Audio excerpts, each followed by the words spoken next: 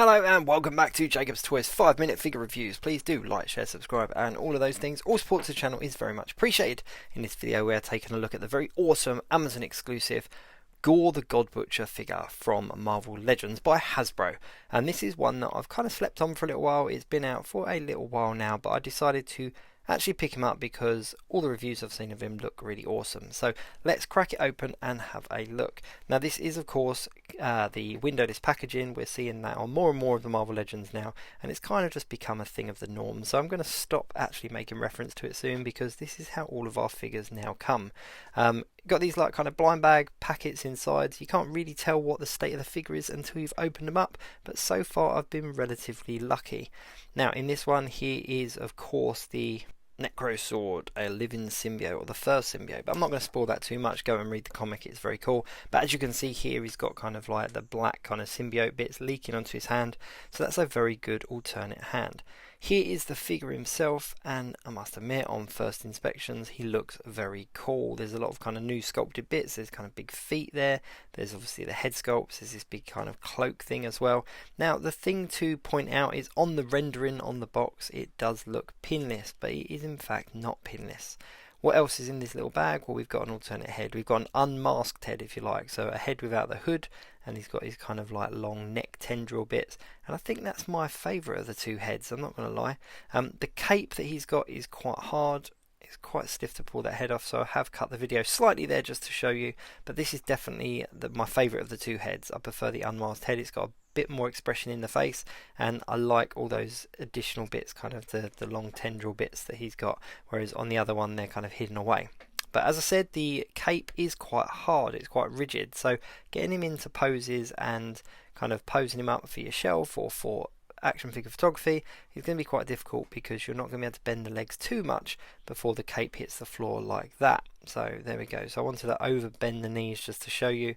So you only get kind of limited movement in the legs, limited articulation in the legs before that cape does get in the way. Now of course you can heat this up and kind of reshape it a little bit and manipulate it a little bit, but you shouldn't have to with an action figure. So that is probably something that I think is a little bit of a negative for him.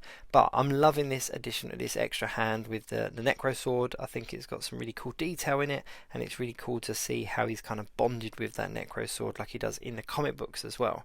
As I said, the expression in this unhooded head is definitely my favourite. The other one is a little bit more natural, a little bit more neutral, but the detail in both face sculpts is incredible. You can see all the scar in there, and this is how he should have looked in Thor Love and Thunder. Let's be honest, we should have got this version of Gorr. He would have looked so much better on screen.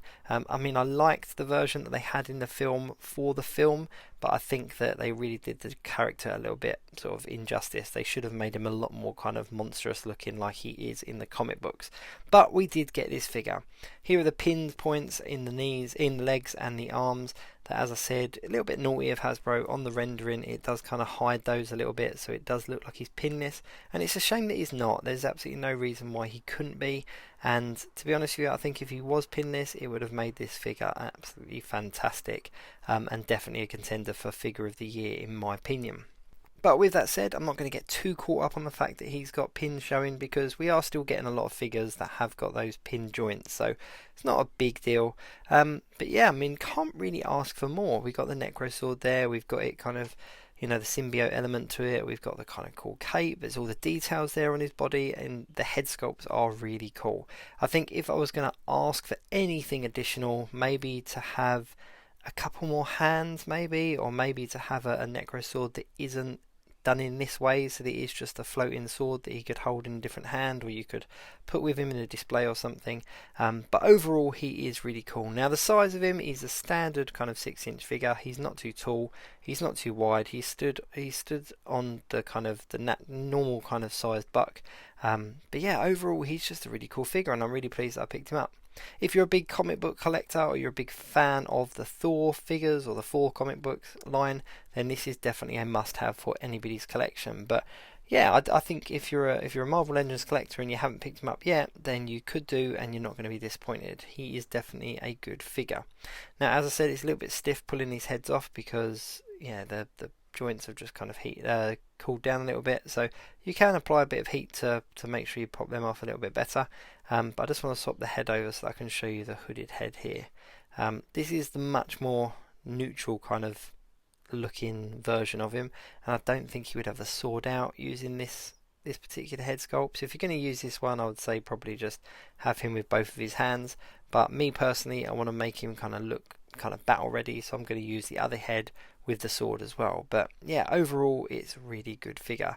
The feet are nice and large, so it covers a nice surface area, so he's not going to be wobbling around and falling down. But overall, a really cool figure, and I think it's definitely worth picking up. Thanks very much for watching. Please do like, share, subscribe and all of those things, and do check out my page for some other 5-minute figure reviews. See you soon.